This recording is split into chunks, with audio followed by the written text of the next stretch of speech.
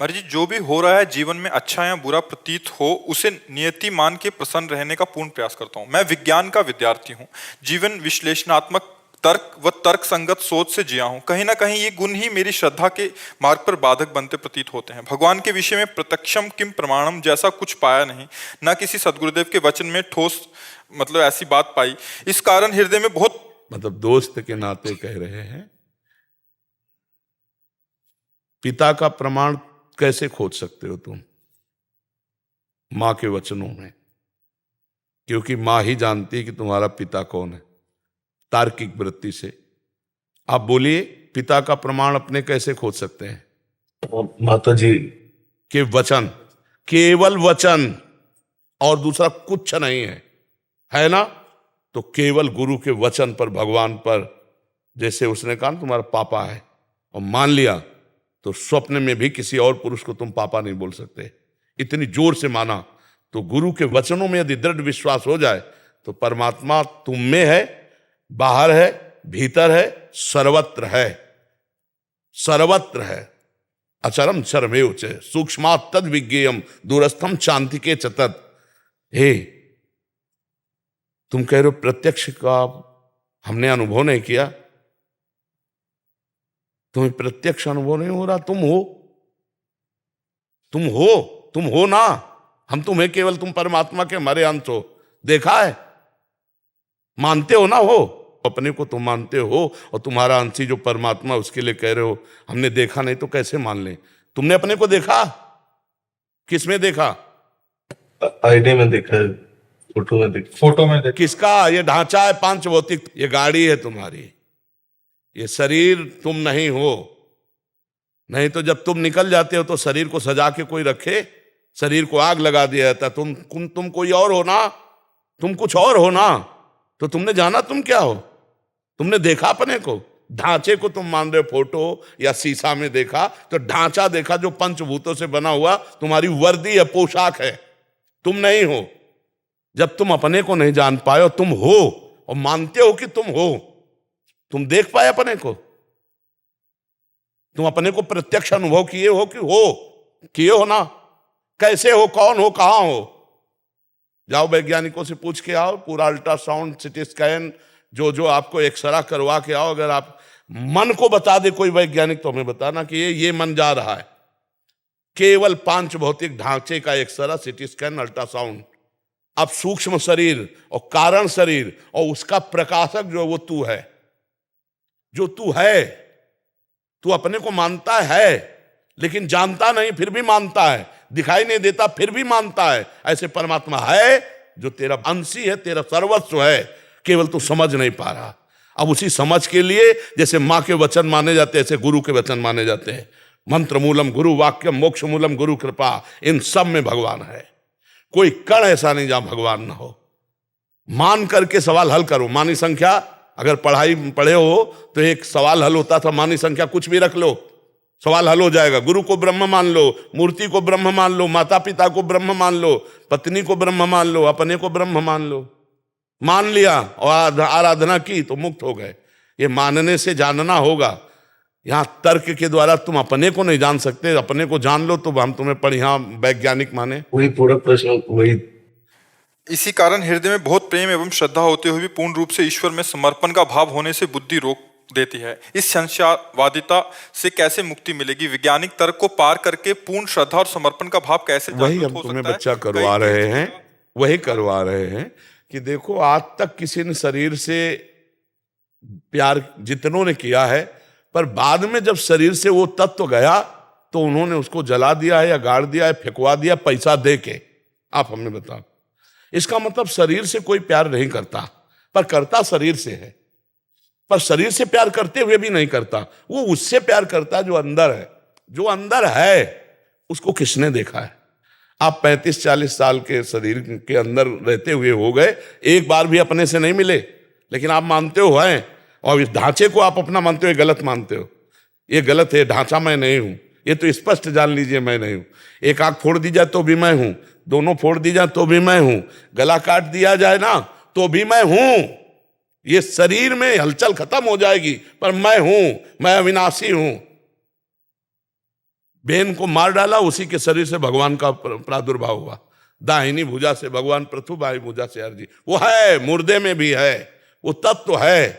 परमात्मा मुर्दे में से भी है, उसमें भी विराजमान है। तू वही परमात्मा का अंश है।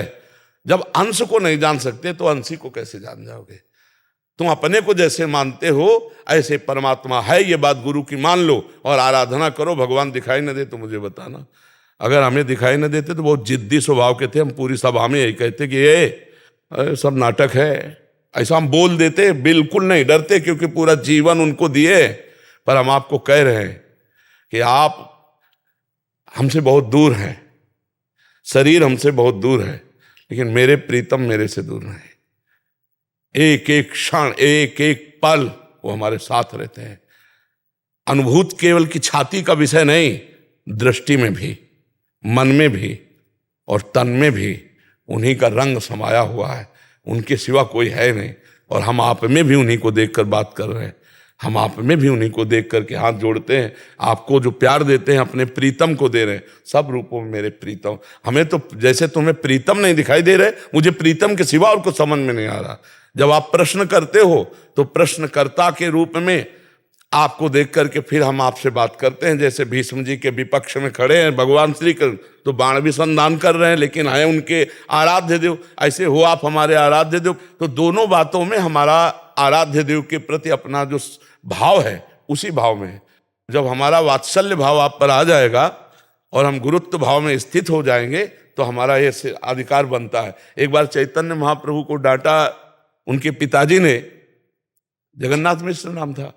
तो एक स्वप्न में महापुरुष प्रकट हुए, कहा जानते हो ये भगवान है, तुम इनको डांटते हो? बोले आज तो डांटा है, कल अगर उपद्रव करेंगे तो चपत भी लगाएंगे। बोले क्यों? बोले मुझे वात्सल्य सुख देने के लिए प्रकट हुए। अगर भगवान है तो मुझे सौभाग्य देने के लिए प्रकट हुए। तो मेरे भगवान प्रश्नकर्ता का रूप रख के आए और प्रश्न करके मुझे बोलने का सौभाग्य दिया। तो जब ये सौभाग्य दिया तो डांटने का भी सौभाग्य दिया। मर्जी बुद्धि की धरा से समझ नहीं आएगा, आराधना करनी पड़ेगी। आराधना के बिना नहीं समझ में आएगा। बिल्कुल पक्का समझो। जैसे अपने शारीरिक अंग हैं, अल्ट्रासाउंड और एक्सरे और सीटी स्कैन से हम जान सकते हैं, लेकिन सूक्ष्म शरीर जहां से प्रारंभ होता है वहां इन यंत्रों का प्रवेश नहीं। फिर कारण शरीर स्वभाव, फिर इसके अंतर में जो विराजमान तीनों को प्रकाशित करने वाला है वो मेरा स्वरूप, वो ज्ञान के द्वारा आता है। अज्ञान तिमिरांधस्य ज्ञानांजन शलाकया चक्षुरुन्मीलितं येन तस्मै श्री गुरुवे नमः। गुरु शरण में जाकर उनके द्वारा बताई हुई आराधना साधना से तब अनुभव होता है। ऐसे थोड़ी हो।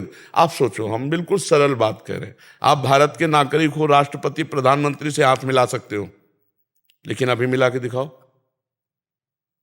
मिला के देखो। भारत में ही तो, भारत का ही तो नागरिक है। आपको योग्यता साबित करनी पड़ेगी, आपको आवश्यकता साबित करनी पड़ेगी। दो बातें साबित होने पर आपको बहुत समय लगेगा, तब आप मिल पाएंगे। मिल पाएंगे नहीं। अगर आप अधिकार साबित नहीं हुआ, योग्यता साबित नहीं हुई, तो आप दोनों में नहीं, दोनों में फेल हो गए तो आप नहीं। फिर यहां से सबसे बड़ा केंद्र है स्वर्ग, जो त्रिभुवन का है, देवराजेंद्र। फिर देवराजेंद्र के ऊपर भी हैं वसु, फिर प्रजापति, और समस्त प्रजापतियों की प्रजापति भगवान परमेष्ठी पद में विराजमान ब्रह्मा। और ब्रह्मा के लिए भी जो दुर्लभ पद है वो हरिदासत्व है। हरिदासत्व से बढ़कर कोई पद नहीं, जिसको ब्रह्मा भी नमस्कार करते रहते हैं। ऐसे ही भगवान का साक्षात्कार हो जाएगा बातचीत से। आप हमारी बात समझो। एक प्रधानमंत्री के देखने के लिए आपको कितने पापड़ बेलने पड़ेंगे जो जाके हाथ मिलाना होगा। और अनंत ब्रह्मांडों का स्वामी है वो, तुम खिलवाड़ समझते हो? अनंत ब्रह्मांडों को स्वामी तुमसे कैसे बताए? कोई क्षण ऐसा नहीं जो बिलग हो। ये सब महात्मा ऐसे थोड़ी जीते हैं। उनके नाम, उनके रूप, उनकी लीला, उनके धाम में जीते हैं। आप कैसे? इनके पास जो संपत्ति है वो किसी के पास संपत्ति नहीं, कोई नहीं। ब्रह्मा के पास भी नहीं। ब्रह्मा के तभी तो न पारमेष्ठम न महेंद्र धिष्णम न सार्वभौमम न रसाधिपत्यम न योग सिद्धि अपनर्भवम वा। भगवत प्रेमी कितने आनंद में है। कह रहा ब्रह्मा का भी पद नहीं चाहिए, ये त्रिभुवनपति देवराज इंद्र का सुख नहीं, भौम सुख नहीं, रसातल का सुख नहीं, योग सिद्धियां नहीं। कैसा सुख है हरिदासत्व में। तो ये भाई भजन करने पर ही भगवान का साक्षात्कार होगा। आप सोचो बातचीत से तो नहीं होने वाला। पर वो है जैसे तुम हो, कोई तुम्हें नहीं प्रमाणित कर सकता, कोई तुम्हें प्रमाणित नहीं कर सकता। आत्मस्वरूप को कोई भी यंत्र यहां से लेके अमेरिका तक कहीं भी कोई यंत्र बनाओ, हमें दिखा दो।